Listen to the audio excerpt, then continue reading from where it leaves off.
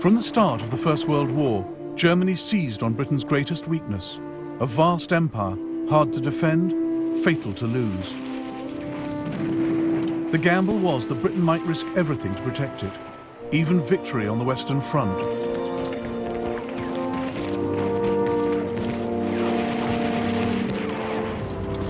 War for Europe meant war for the world.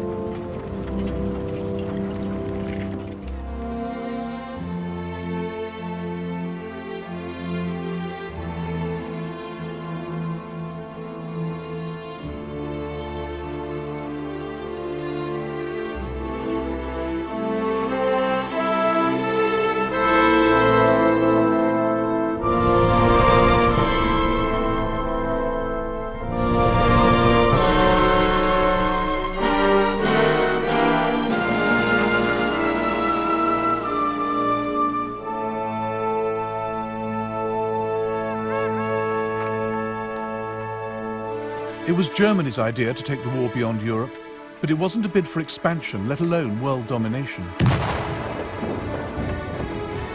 The aim was to take the pressure off her armies in Europe by attacking the British Empire, hoping to divert Britain's troops, ships and resources to defend distant colonies. Britain also had no thought of a bigger empire. She just didn't want to lose the one she had. So while Germany wanted to open the war up around the globe, Britain was desperate to close it down.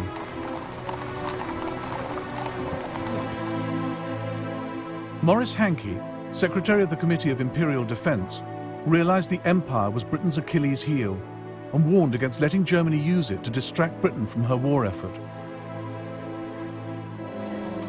Forces must not be diverted to minor operations, to the prejudice of the concentration in the main theatre and the safety of the trade routes.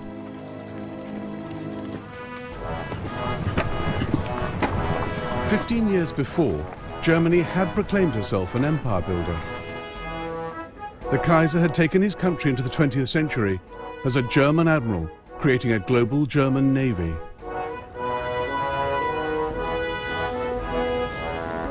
Weltpolitik was the big idea, a policy of overseas imperialism. The brainchild. Germany had come late to the game of empires, but by 1900 she had Togoland, Cameroon, German Southwest Africa, now Namibia, and German East Africa, now Tanzania. Her flag flew over patches in the Pacific, New Guinea, Samoa, and Micronesia.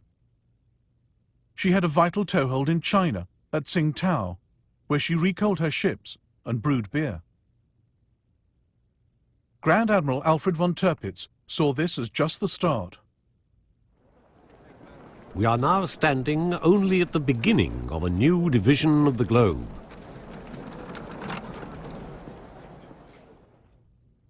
Germany alarmed the world with her imperial tub-thumping. She eyed up Puerto Rico and considered pouncing on the Panama Canal the minute it was completed.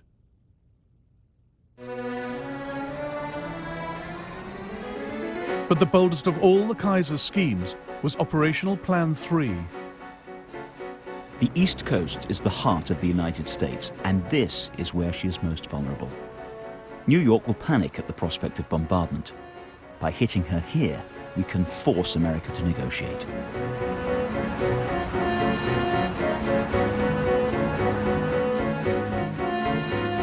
Germany's secret plans from 1903 to attack the eastern seaboard with 60 ships and 100,000 men, to shell Manhattan and capture Boston.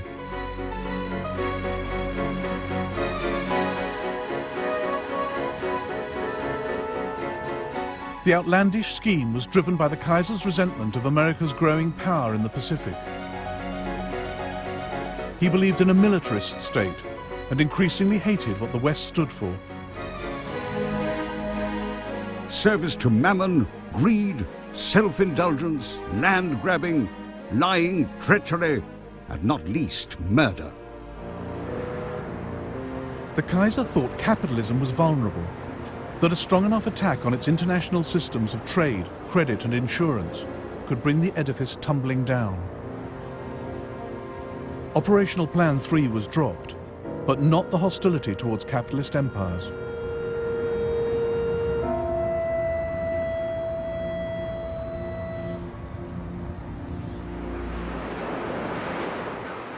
By 1912, Germany had traded in Weltpolitik for a more realistic policy. Now, her military machine prepared for a European, not a global war, and the army got the budget increase, not the navy. The first day of war found Germany's high seas fleet trapped by the mighty British Navy in the North Sea. And all the German Navy had to threaten the entire British Empire was a scattered force of 17 cruisers linked by a wireless network to Berlin.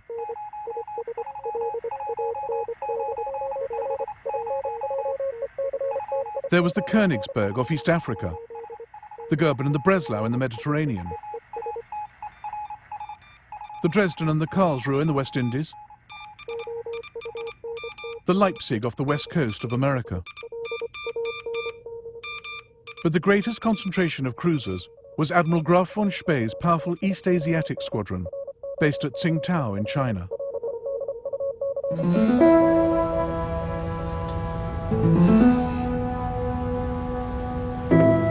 Tsingtao gave Germany a huge area of operations, across the South China Sea and into the Pacific.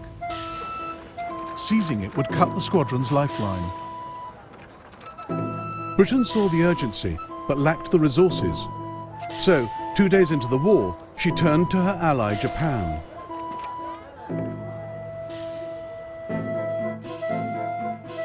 Japan was a growing power. Britain's call for naval help suited her ambitions perfectly. Together, Britain and Japan would capture Tsingtao, vital German base, and the Kaiser's pride and joy. It would shame me more to surrender Tsingtao to the Japanese than Berlin to the Russians. On the 7th of November, they entered the town in triumph. Some Germans sneered at the token British force, forgetting the Japanese to do their dirty work. The brave British. They played no part in the capture of Tsingtao, but they joined in the victory parade. As they went by, we Germans were ordered to turn our backs on them. The English complained to the Japanese commander, but he simply said, "Well, we can't repeat the whole procession just because of that."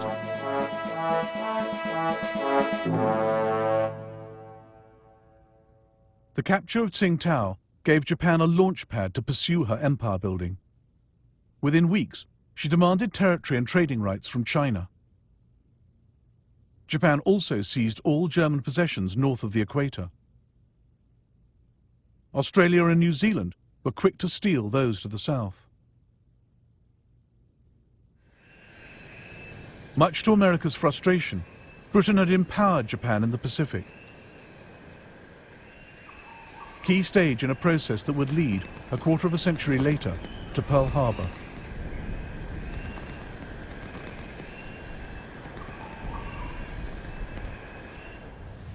Germany's loss of Tsingtao, far from neutralizing Spee's squadron, ensured its destructive power would be felt around the globe. The best German cruiser commanders, like Spee, were fearless mavericks whom the war turned into heroes. Superb sailors with the instincts of pirates. The Kaiser had given them full authority to make their own decisions in wartime. The heavy responsibility of the officer in command will be increased by the isolated position of his ship, but he must never show one moment of weakness. Above all, the officer must bear in mind that his chief duty is to damage the enemy as severely as possible. Spee now split his squadron. The light cruiser Emden, under Captain Karl von Müller, made for the Bay of Bengal. Spee in the Scharnhorst led his other ships across the Pacific.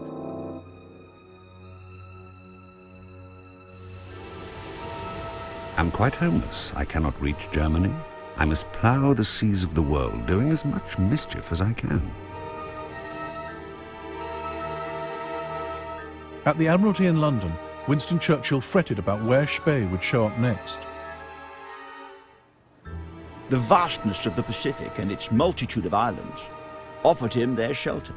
And once he had vanished, who should say where he would reappear? He was a cut flower in a vase, fair to see yet bound to die. But so long as he lived, all our enterprises lay under the shadow of a serious potential danger.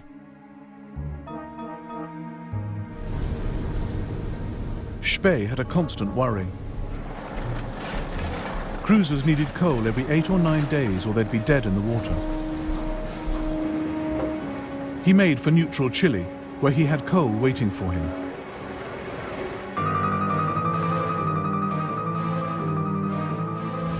On the 1st of November 1914, he ran into a British fleet off Coronel.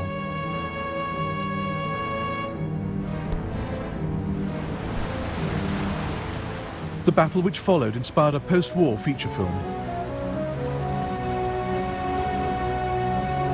The British commander was Admiral Sir Christopher Cradock, under orders from London. It appears that Gneisenau and Scharnhorst are working across to South America. Be prepared to meet them in company. Cradock had one ship that could outgun Spee's fleet, but she was slow and had been left behind. Now Cradock raced towards enemy ships better armed than his. He had ignored his own rule of thumb.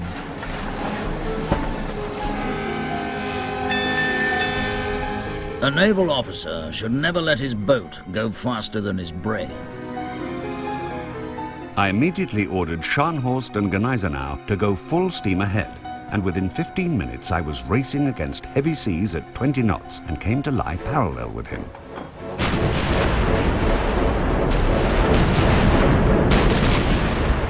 Cradock's ships were no match for Spee's. Good Hope and Monmouth were obviously in distress. Monmouth yawed off to starboard, burning furiously. There was a terrible explosion on Good Hope between her mainmast and her after funnel. The gust of flames reached a height of over 200 feet, lighting up a cloud of debris that was flung still higher in the air.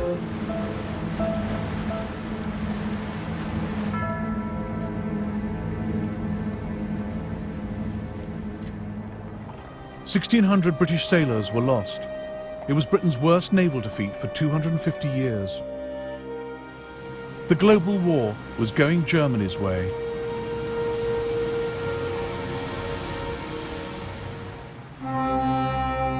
It is only when you get to see and realize what India is, that she is the strength and the greatness of England. It is only then that you feel that every nerve a man may strain, every energy he may put forward, cannot be devoted to a nobler purpose than keeping tight the cords that hold India to ourselves. Britain's empire and trading network was the single biggest resource she brought to the war. And India was at the heart of it. The cords were never tighter. All the more reason for Germany to want them cut.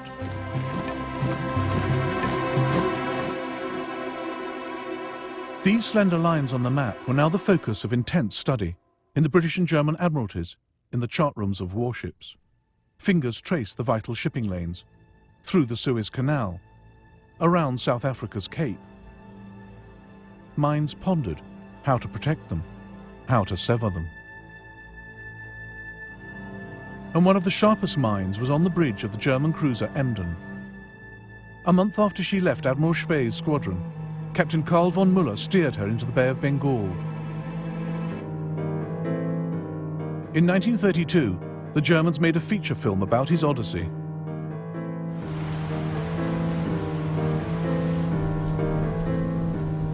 He had an indescribable power over the entire crew. He never gave orders, he just expressed a wish. From the moment he took command of the ship, he never left the bridge again. This is where he stood, slept, sat, studied the maps. This is where he wanted to be, stand or fall.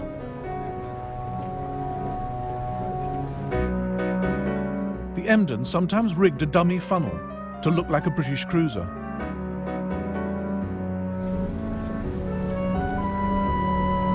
A large steamer appeared dead ahead, and thinking we were an English man of war, was so overjoyed at our presence that she hoisted a huge British flag. I'd like to have seen the look on her captain's face when we hoisted our flag and invited him most graciously to tarry with us a while. Captain Muller became famous for taking all crew and passengers safely onto the Emden before sinking their ship. We always allowed them time to collect and take with them their personal possessions. They usually devoted most of this time to making certain that their precious supply of whiskey was not wasted on the fishes. Muller regularly released his grateful captives.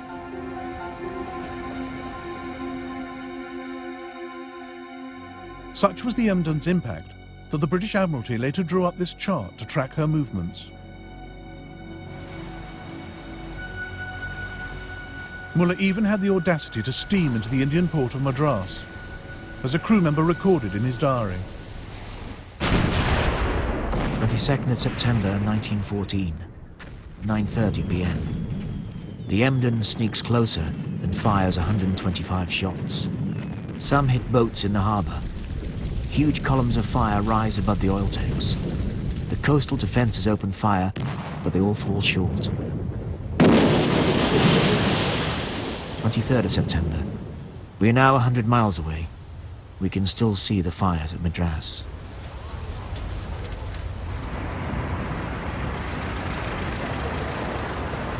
In the City of London, freight rates and shipping insurance rocketed. At one point, the entire British trade fleet in the Bay of Bengal was kept in harbour rather than fall prey to dashing Captain Muller. Germany's rogue cruisers were starting to harm Britain's war effort. 3 transports are delayed in Calcutta through fear of Emden. This involves delaying transport of artillery and cavalry. The Cabinet took a strong view. The extirpation of these pests is a most important subject. While the Emden ran the British ragged at one end of the Indian Ocean, 25 Royal Navy warships hunted the cruiser Königsberg at the other, off the coast of Germany's East African colony. She had raided Zanzibar and sunk a British light cruiser from her secret hideout in the Rufiji Delta. The frustrated British decided to strangle all her possible bases, starting with the port of Tanga.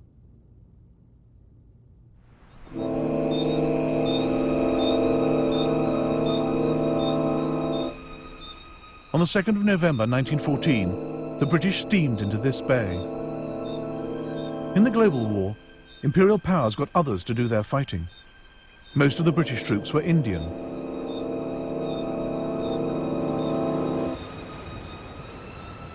Their arrival was closely watched by Thomas Planton, a 16-year-old African fighting for the Germans. The approaching British ships had all their lights blazing and seemed to be making no attempt to conceal their presence. We were in position with machine guns, waiting in ambush for them, and many of them were killed when they started to come ashore. A lot of them were killed before they even got out of the water.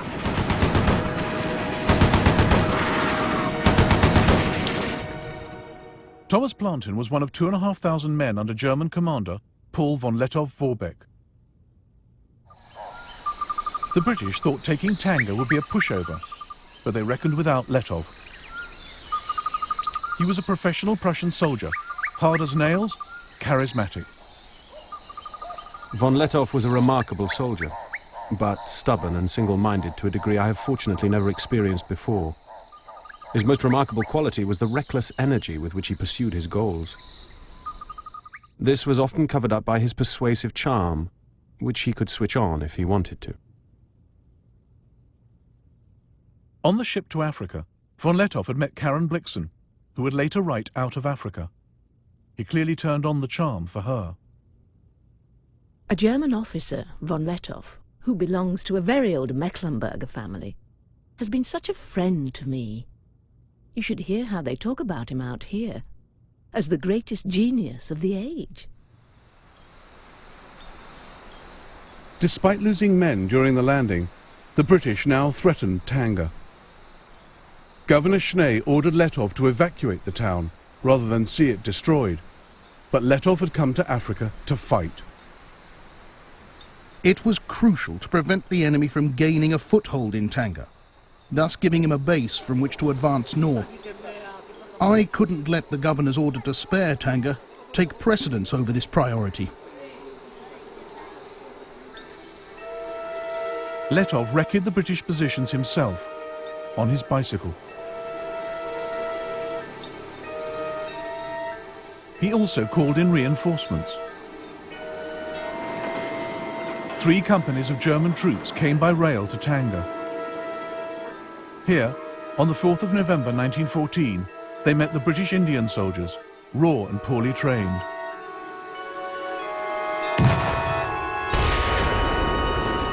British intelligence officer Richard Meinertzhagen watched the ensuing rout. Half the 13th Rajputs turned at once, broke into a rabble and bolted. I could not believe my eyes. They were all jabbering like terrified monkeys and were clearly not for it at any price. Everyone in the dense forest, friend and foe, was mixed up together, shouting in all sorts of languages. The enemy ran off in wild disorder, and our machine guns mowed down whole companies to the last man. Von Letov was based here, at the German hospital.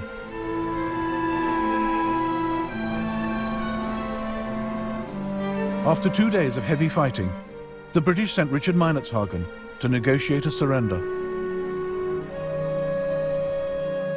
The Germans were kindness itself and gave me a most excellent breakfast, which I sorely needed. We discussed the fight freely as though it had been a football match. It seemed so odd that I should be having a meal today with people whom I was trying to kill yesterday. It seemed so wrong, and made me wonder whether this really was war, or whether we'd all made a ghastly mistake. The German officers were all hard-looking, keen and fit.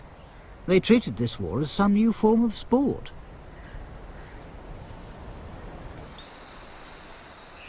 The British failed to take Tanga and suffered 700 casualties. Letov lost just 65.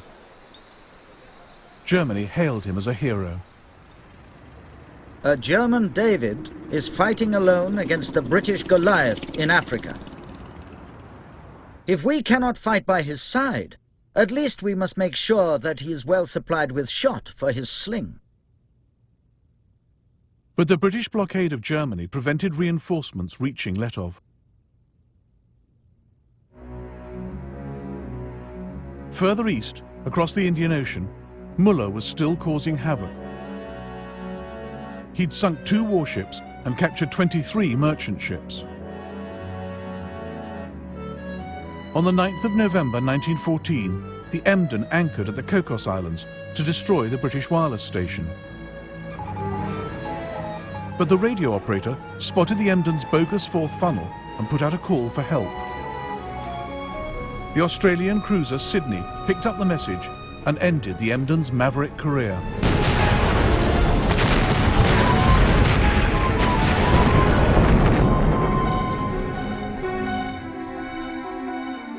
Captain Muller was taken prisoner. He and the other survivors were well looked after.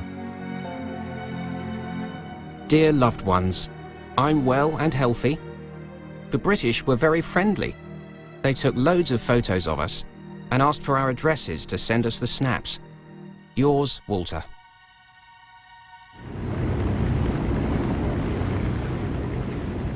Now, Admiral Graf von Spee's luck also ran out.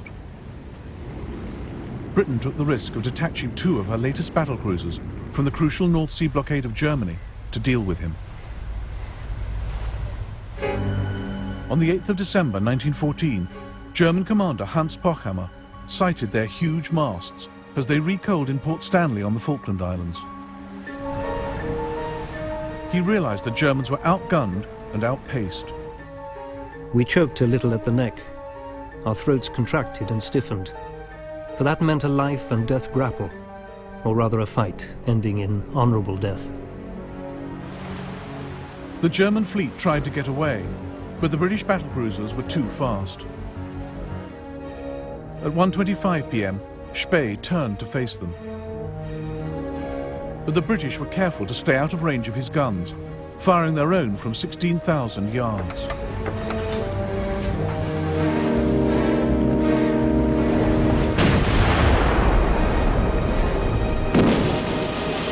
Lieutenant Harry Bennett on HMS Canopus watched what happened and painted these watercolours.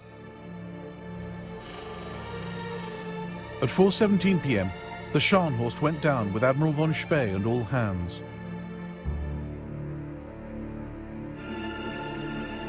At 6:02 p.m, the Gneisenau sank with most of its crew, including Spee's younger son Heinrich.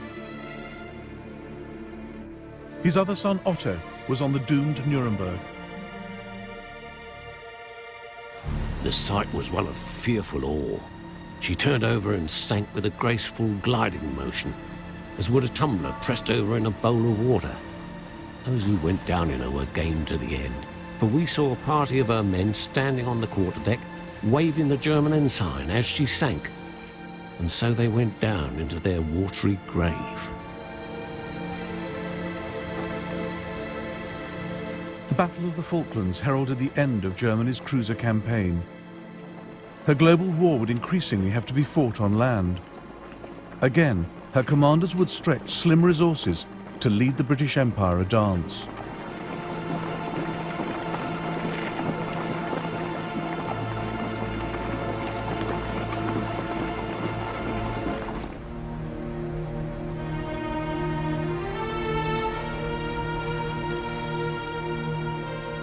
The Suez Canal presented a rare opportunity for Germany to harass the British Empire. A crucial British sea lane, vulnerable to attack by land forces. But Germany couldn't spare any men from the Western Front, so Berlin turned to Ottoman Turkey, her ally since November 1914.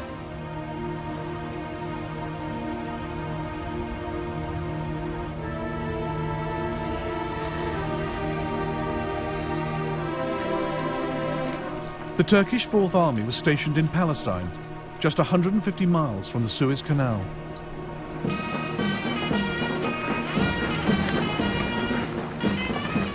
The Turks agreed to help capture Suez, assigning these 19,000 troops. They saw it as the first stage in their own reconquest of Egypt and Libya.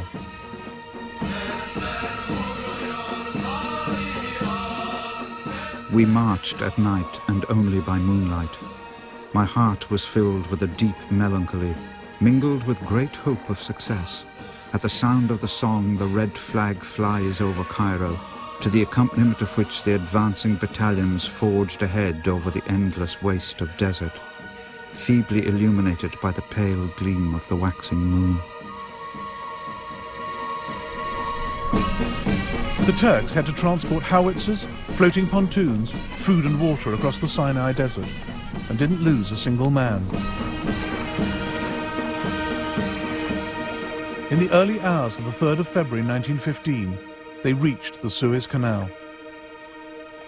The German colonel who had planned the operation now watched it go horribly wrong. A sentry noticed our attack and fired. The shots created panic. The English then blasted the banks with machine gun fire.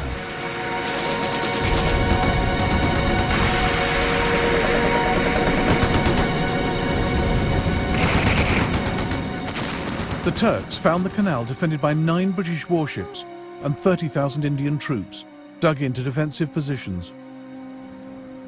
The Ottoman troops suffered 1,200 casualties. The survivors retreated across the desert.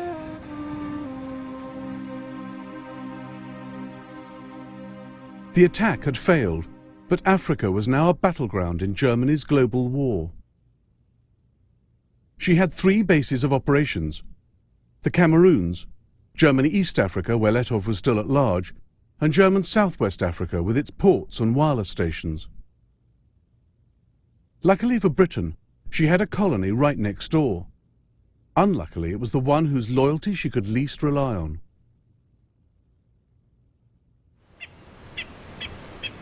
The Union of South Africa was racially diverse. Blacks, Boers, and British settlers. Just 15 years before, Britain had fought a long, bloody war against the Boers. Many still had little love for Britain. Their loyalty could not be counted on. As one commander told South Africa's Prime Minister, Louis Botha, "My men are ready. Whom do we fight? The English or the Germans?" But South Africa was ideally situated to launch an attack on German Southwest Africa. British Colonial Secretary Lewis Harcourt took the gamble.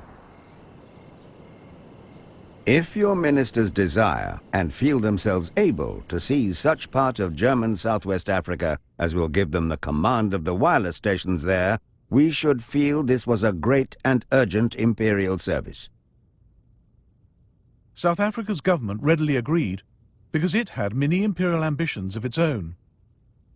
It wanted to seize German Southwest for itself.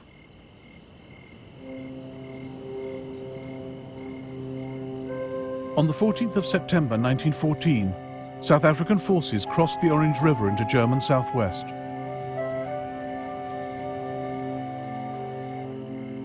But the Germans were one jump ahead, as the South Africans found out when they paused at the watering hole of Sandfontein.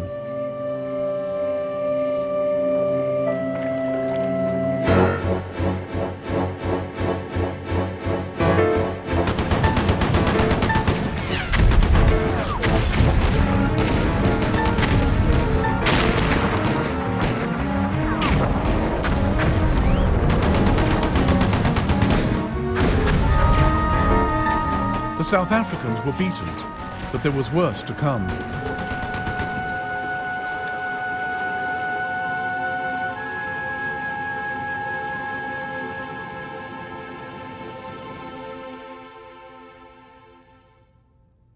Part of South Africa now rose up in armed rebellion. Commanding the forces in the Northern Cape was Manie Maritz.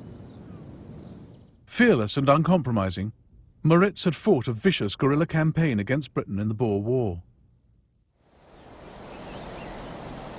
His sympathies lay entirely with Germany. I received a telegram ordering me to take a large commando into German Southwest Africa.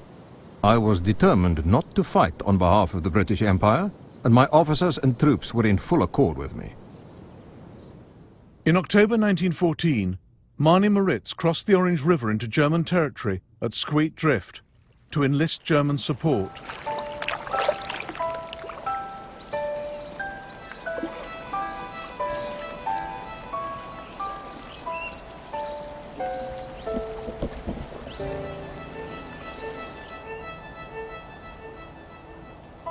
Two days later, Maritz addressed his troops under this tree. Now, men, we don't want to be ruled by the Jews and the financiers of England. General Beyers, General de Wet and myself have decided to form an independent South African Republic and have entered into an agreement with the governor of German Southwest Africa. They will provide us with arms and ammunition, guns. On this step depends the freedom of the masses of the country.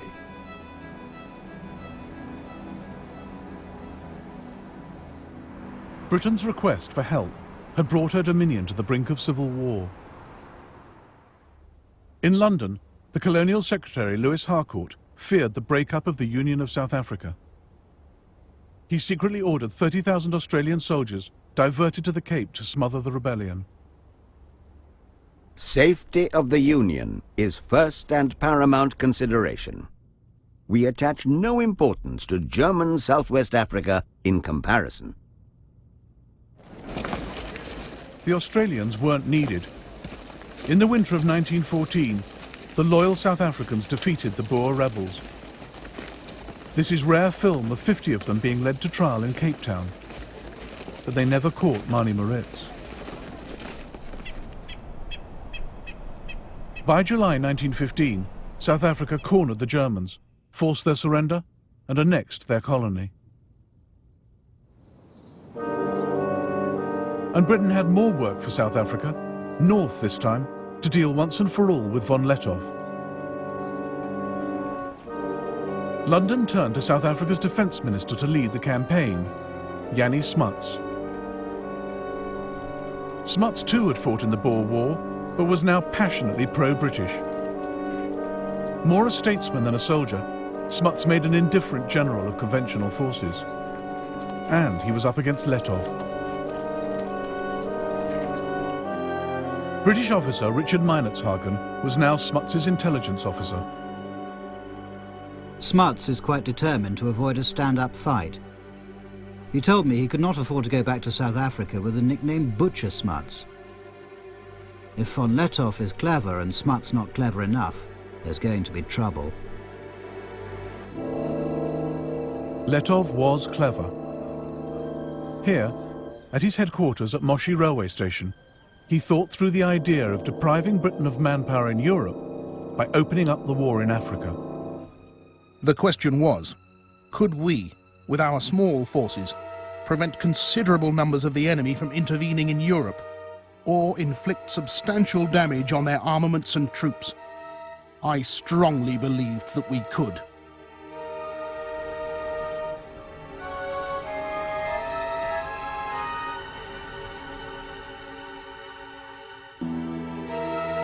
By August 1916, Letov had become expert at his cat-and-mouse game.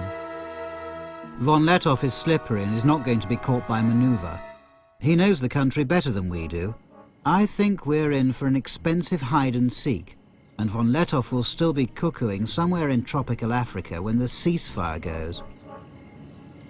Smuts has cost Britain many hundreds of lives and many millions of pounds.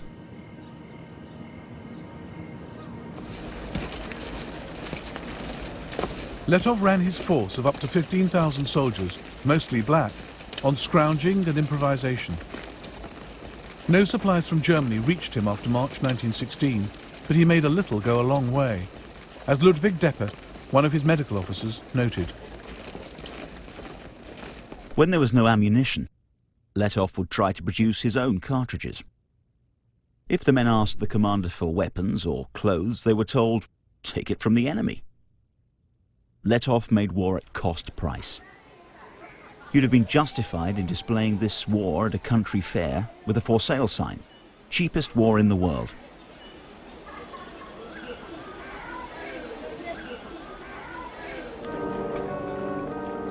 Yanni Smuts had 5 times Letov's force and resources to match. But the further he went into German East Africa, the more stretched his supply lines. And he reckoned without the killer tsetse fly. The life expectancy for his 50,000 horses was just 4 weeks.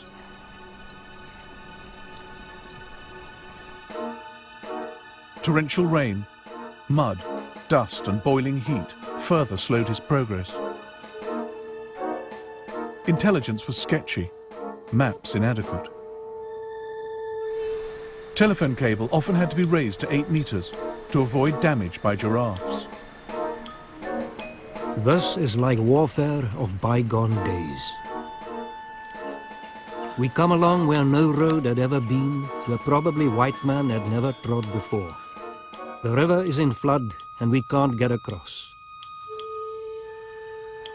On the other side, the German patrols are watching us, but the crocodile hold the peace between us very successfully.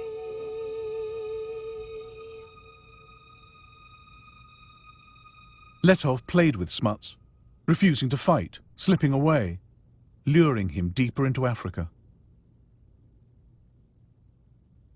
As they went, they spread the war's grief and destruction, dragging in more and more of the people of Africa.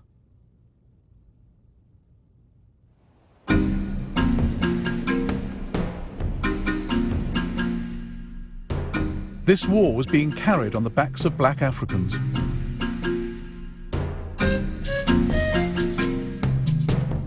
For the Letov campaign alone, the British recruited over 1 million black porters.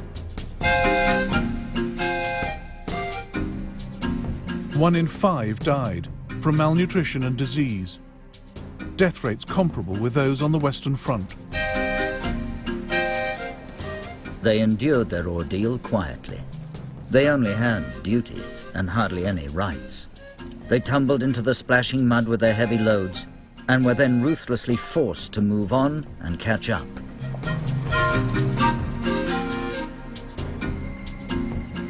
Oh, the Lindy Road was dusty. and the Lindy Road was long. But the chap what did the hardest graft, who could not do but wrong, was the Cavarondo Porter, with his Cavarondo song. It was, "Come here, Porter." It was, "Amera, here, get."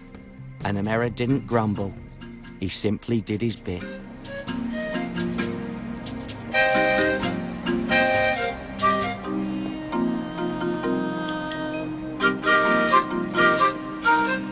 What Smuts saves on the battlefield, he loses in hospital. For it is Africa and the climate we're really fighting, not the Germans.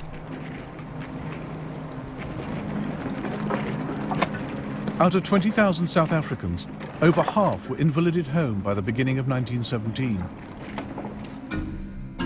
They were replaced by black troops from Nigeria and Ghana. Recruitment of blacks soared in East Africa as well. Over the course of the war, the King's African Rifles rose from 3,000 men to 35,000. Fuloliani Longwe spoke for many black soldiers. Think of yourself buried in a hole with only your head and hands outside, holding a gun, death smelling all over the place. Listen to the sound of exploding bombs and machine guns, smoke all over, and the vegetation burnt, and of course deforested. Watch your relatives getting killed, crying, finally dead. These things we did, experienced, and saw. Letov survived undefeated to the very end, marching triumphantly through Berlin in 1919. The British never caught him, even though they turned it into an African war and set an army on his tail. But Britain and France had such reserves of manpower in their colonies that from 1914 they shipped them to Europe. Remarkable French colour photographs of the world that came to serve on the Western Front.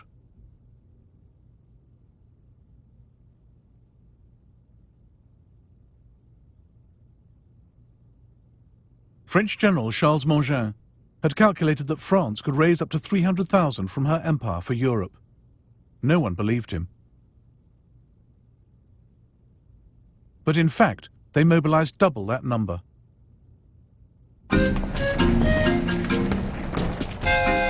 Black troops have precisely those qualities which are demanded in the long struggles of modern war. Endurance, tenacity, the instinct for combat, the absence of nervousness, and an incomparable power of shock. Not only do they enjoy danger, a life of adventure, but they are also essentially disciplinable.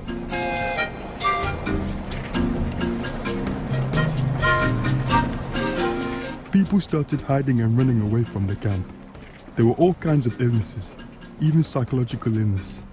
People didn't know where they were going or even why they were fighting.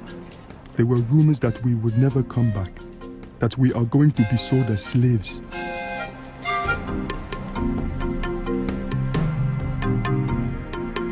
India provided Britain with 1.75 million men in the war. They'd been thrown into some of the toughest fighting from the start.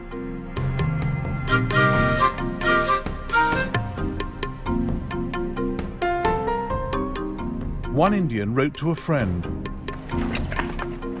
"The war is a calamity on 3 worlds and has caused me to cross the seas and live here. The cold is so great that it cannot be described. We have not seen the sun for 4 months. Thus we are sacrificed. I have neither sleep by night nor ease by day. There can never have been such a war before, nor will there ever be again."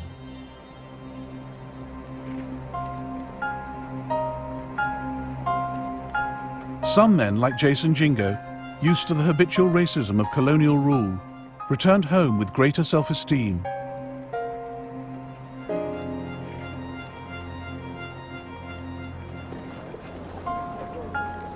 We had liked our time in France.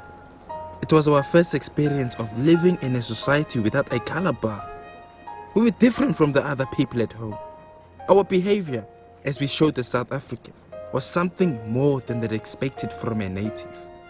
We had copied the manners and customs of the Europeans, and not only copied, we lived them.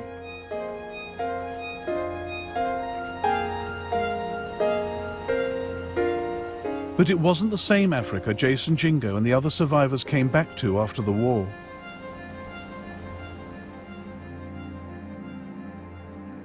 The empires which once carved it up had now turned parts of it into a wasteland, as German medic Ludwig Deppe realized.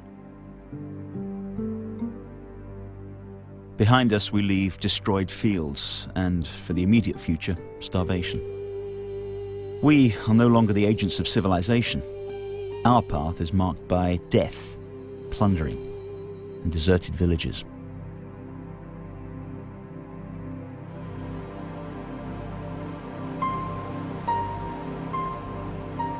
It would be years before African nationalism took off, but a few had begun the journey. In 1914, John Chilembwe challenged the basis of the war and Africa's place in it.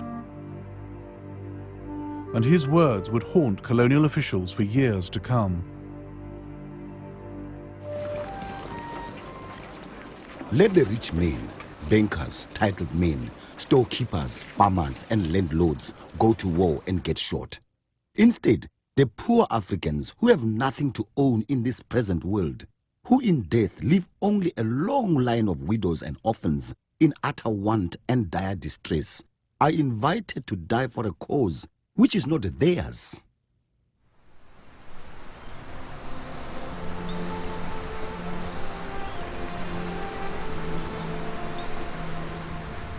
Germany had fought a remarkable global war, but it cost her cruisers, her wireless network, and all her colonies. Yet Germany had forced Britain and France to call on their empires and lean on their allies. In the process, these flexed their muscles and formed empires of their own.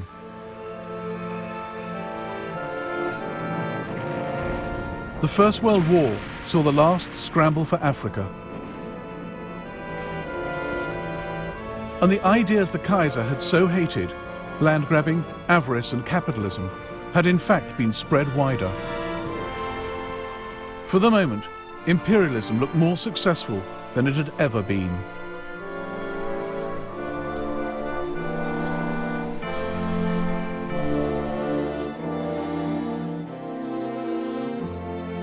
In the next episode of the First World War, the call goes out for jihad, holy war in the Middle East, the nightmare of Gallipoli, and the agony of the Armenian people.